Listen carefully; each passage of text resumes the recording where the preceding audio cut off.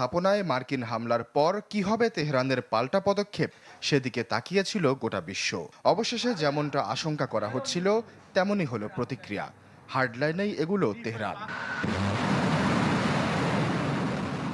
লক্ষ্যবস্তু হিসেবে কাতারে মার্কিন ঘাঁটিকে বেছে নিল ইরান। রাজধানী দোহায় যুক্তরাষ্ট্রের আল উদেদ বিমান ঘাঁটিতে হামলা করে বিপ্লবী গার্ড। এটি মধ্যপ্রাচ্যে সবচেয়ে বড় মার্কিন ঘাঁটি। এতে হামলায় বিস্ফোরণের বিকট শব্দে কেঁপে ওঠে দোহা। কাতারের আকাশ প্রতিরক্ষা ব্যবস্থা কিছু ক্ষেপণাস্ত্র ঠেকিয়ে দেয়।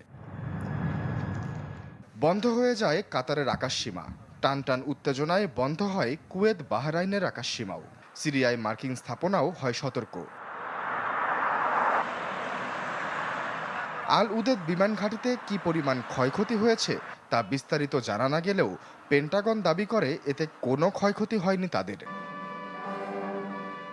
মধ্যপ্রাচ্যে কাঁপন ধরানো এই হামলায়